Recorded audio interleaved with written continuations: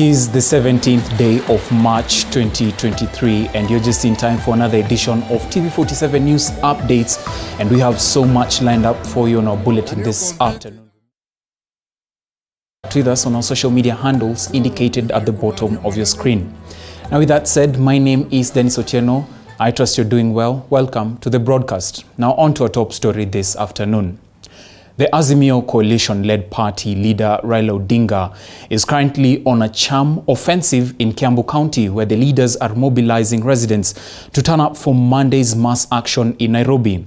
The leaders, who have already made their first stop over at Ruaka, are currently in Kiambu town, where they are telling locals to come out in large numbers to fight for justice on Monday. Azimio leaders have also criticized President William Ruto for his bloated cabinet in the wake of the appointment of 50 chief administrative secretaries yesterday. Take a look. Wakenya wajiungane na sisi tarehe 20 Jumatatu kule Nairobi kwa maandamano kubwa zaidi ambayo hajaonekana. Mtakuja. Vijana mtakuja. Ukipata kuja nione mkono. Wapi wanasema watakuja nione mkono.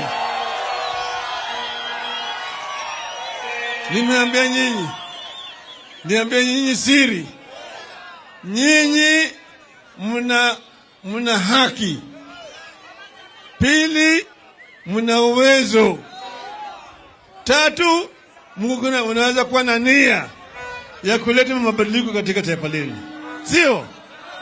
Mkijitokeza kwa wengi, alafu mkuje pale, mseme sisi tunataka mabadiliko. Gharama mpaka irudi chini. Maisha irudi chini. Watoto wasome sawa sawa. Mtapata. Sisi kama Azimio tulisema tukishika hatamu ya utawala kuanzia Januari mwaka huu, watoto wote wangesoma bure bila kulipa karo yoyote. Sisi tulisema namna hiyo. Pili, tulisema kuna wale maskini ambaye hawana mapato yoyote. Kuna kina mama wana watoto lakini hawana mabwana. Single parent mothers, sio? Tulisema tutawasaidia, sio? Nikasema nguruwe 6 kwa maskini. Nguruwe 6, alufu sita kwa maskini. Nilisema tulijua pale hiyo pesa itatoka. Haikuwa tu maneno ya mdomo peke yake. Tulijua pale hiyo pesa itatoka. Ilikuwa ni ahadi, na ahadi ni nini? Nyinyi mnaambiwa ati sisi tukishika baada ya siku 90 bei ya unga itakuwa shilingi 70. Imerudi chini. Walisema ati hiyo siku shika ati tutaleta siji hasna fund. Unapewa shilingi 500. 500 unafanya nayo nini?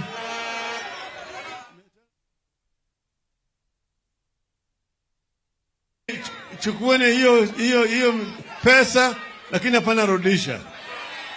Sawa? Akasema kina mama watasaidiwa. Mama mpata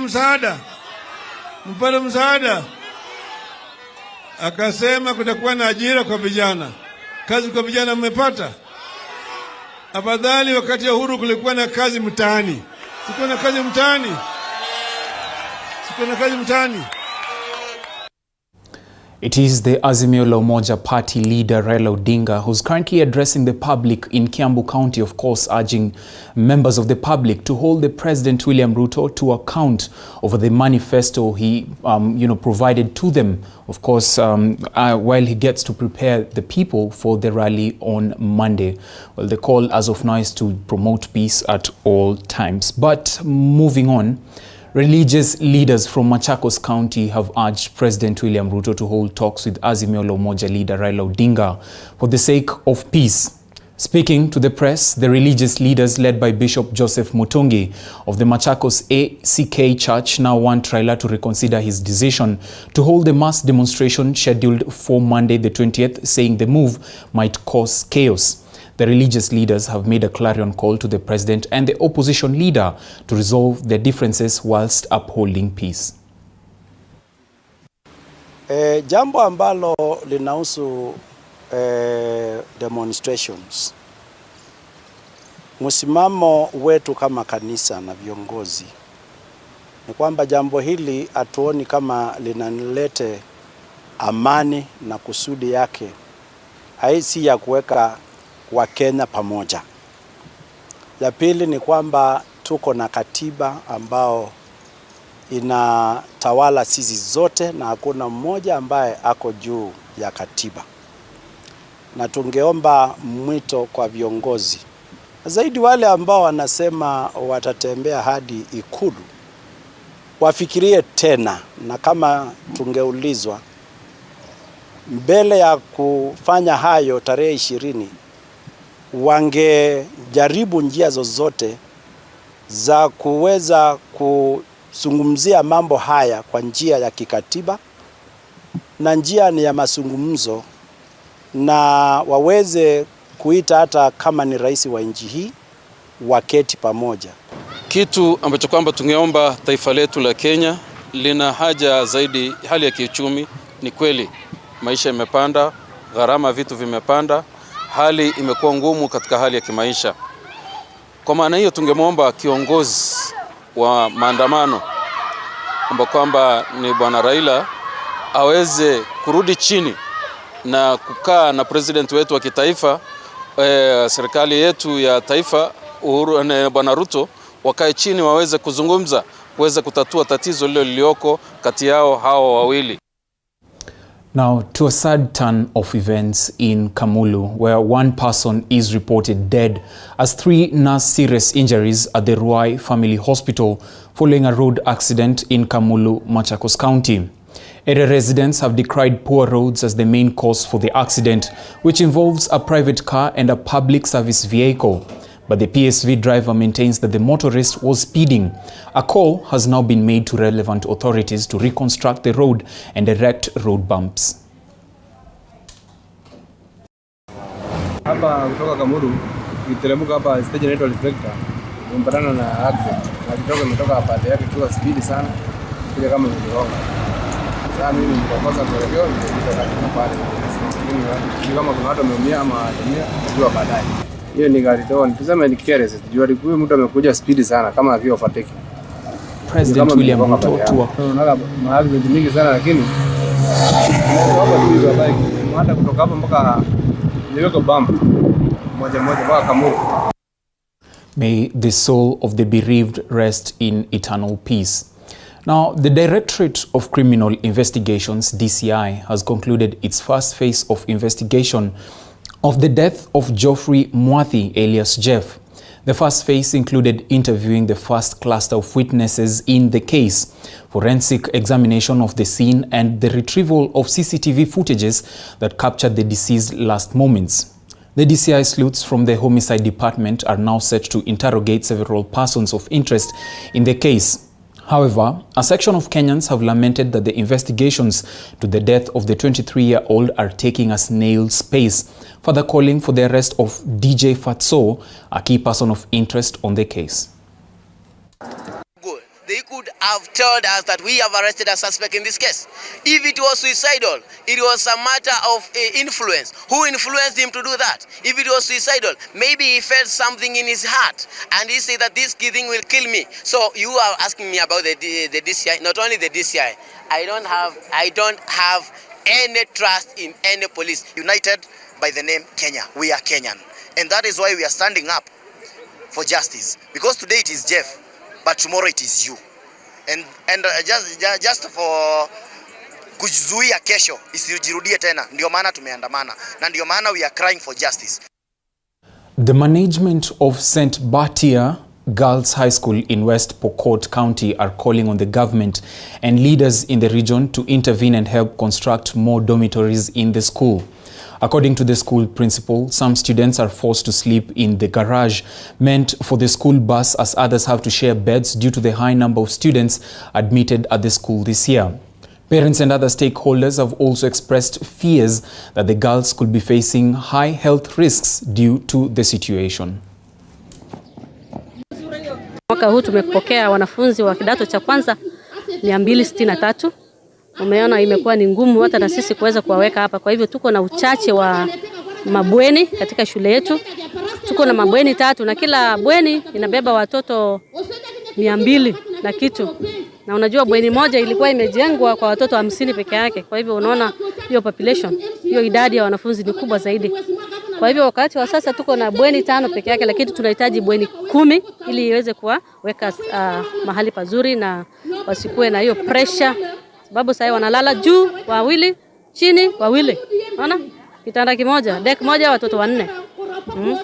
So karibu cube moja kwa zile nyumba ziko na cubes, karibu watoto 8. Unaona hiyo population si mzuri.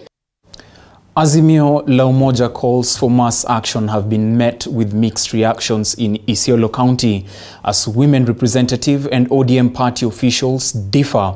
Isiolo woman member representative who was injured at the Ruai Family Hospital herself following a road accident in Kamulu, Machakos County on Monday, residents have decried poor roads as the main cause for the accident, which involves a private party officials in Isiolo, on the other hand, have said that they will be joining the party leader on the call for mass action. Take a look.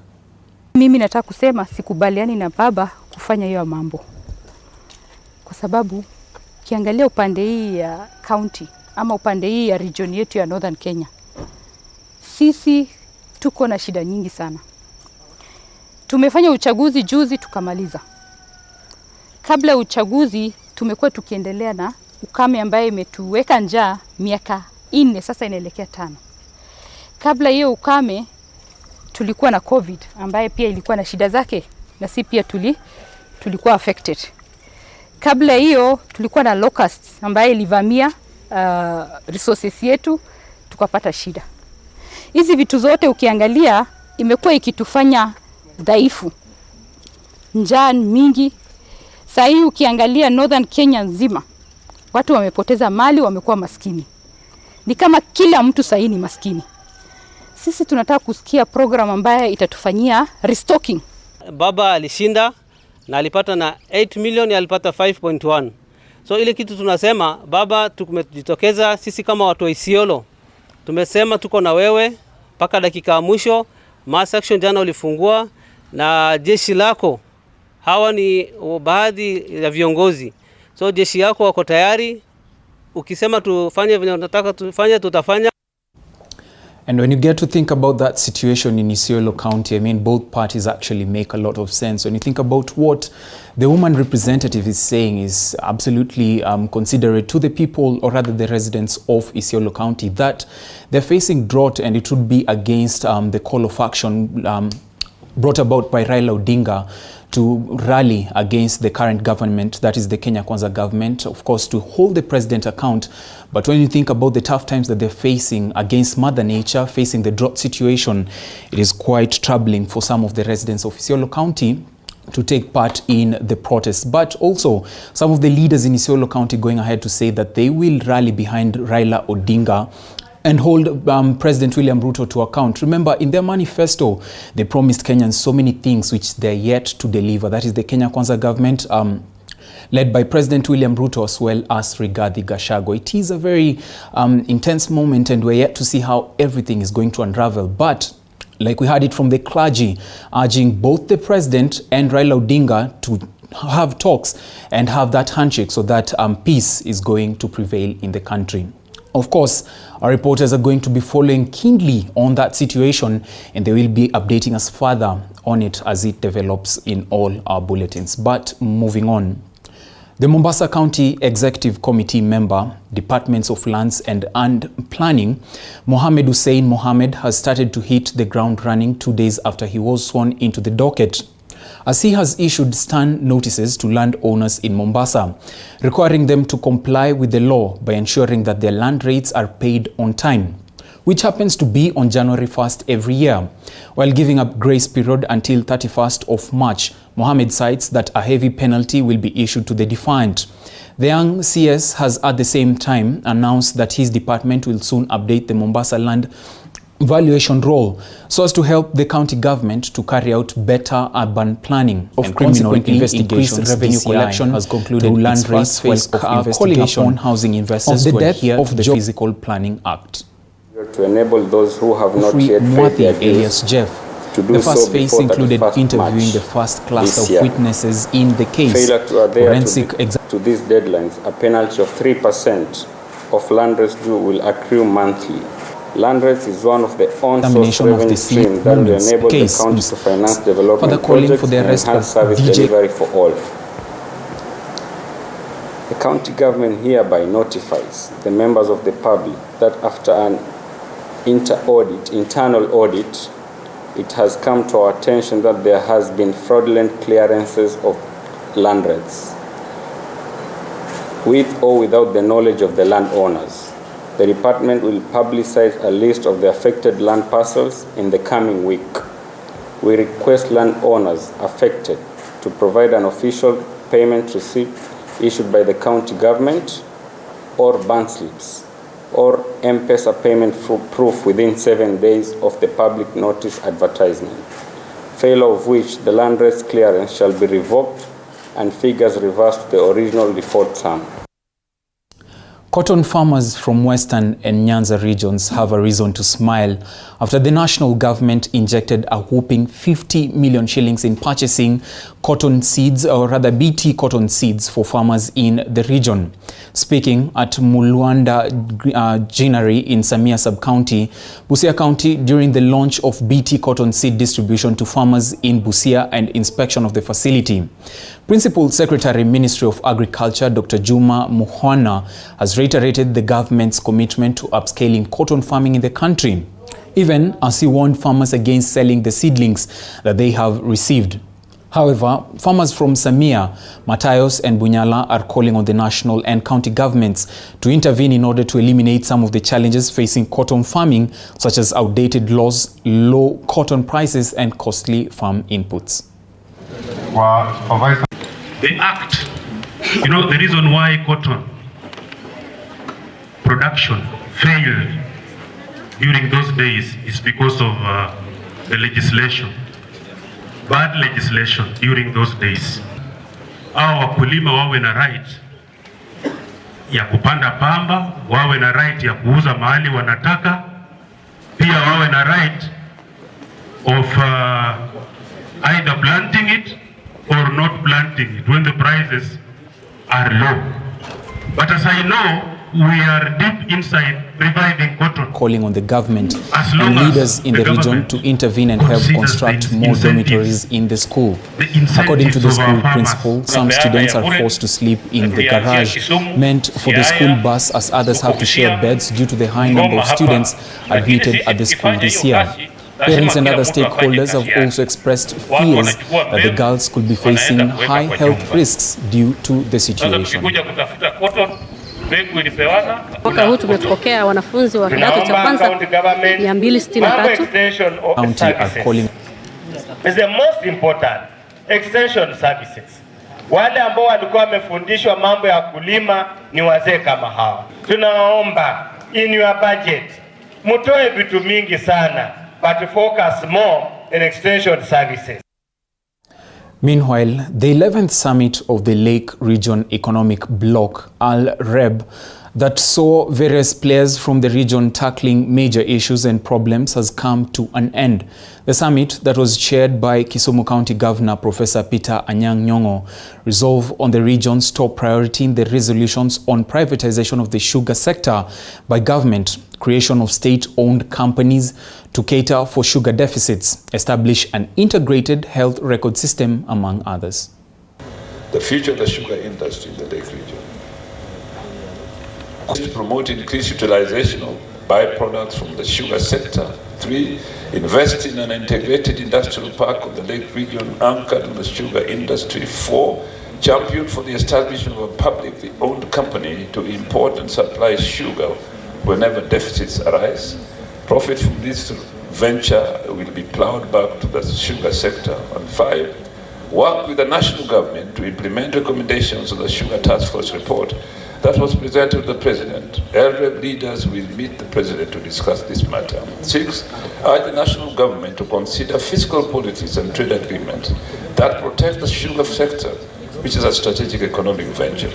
Sugar should be classified as food and not as a commodity. On the health sector, we appreciate that data is critical in healthcare transformation, hence establish an integrated health system that captures all data from entry to exit in the health system. Elsewhere, Kenya Kwanza youth, led by their chairman Dennis Kipkorir, have faulted the countrywide Azimio la Umoja party rallies, noting that they will have an impact to their businesses. Speaking in Nairobi, the caucus chairman Dennis Kipkorir has stated that the Azimio leaders, led by Raila Odinga, should seek alternative methods to address their issues. The youth have further lauded the move by President William Ruto in appointing the 50 chief administrative secretaries, noting that the head of state is steering the country in the right direction. Raila mode of operation, whereby every time he loses, he wants to cause chaos. Planning, Mohamed Hussein Mohamed has started to hit the ground running 2 days after he was sworn into the docket, as he has issued stern notices to landowners in Mombasa, requiring them to comply with the law by ensuring that their land rates are paid on time. Close which happens family, to be on January 1st and colleagues of the late, while giving a grace period until 31st of the ex-wife to the cabinet secretary of penalty will be issued to the defiant. Earlier today, gathered in Consolata Shrine for announced that his department will glowing tributes close family and colleagues mentioned the late Omwaro today as a hardworking and loving mother and wife. The body of the late will be transported to Budalangi for an intermittent service at St. Nicholas Catholic Church, Port Victoria, and will be followed by the interment ceremony where the only immediate family members will be allowed at the graveside. Speaking on behalf of Namwamba's family, Ababu's elder brother, Professor Tom Namwamba, noted that despite the Ababu and Omwaro divorcing, which happens to be there has been no bad blood between them, while giving a grace period until 31st, including Athletics Kenya President Jackson Tuwei. But lile funzo of lands and planning, Mohamed Hussein Mohamed has started to hit the ground running 2 days after he was sworn into the docket, as he has issued stern notices to landowners in Mombasa, requiring them to comply with the law by ensuring that their land rates are paid on time, which happens to be on January 1st every year, while giving a grace period until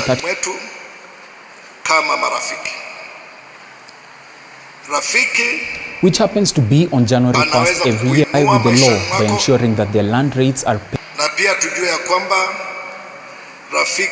paid on time, which their land rates are paid on time, which happens to be on January 1st every year.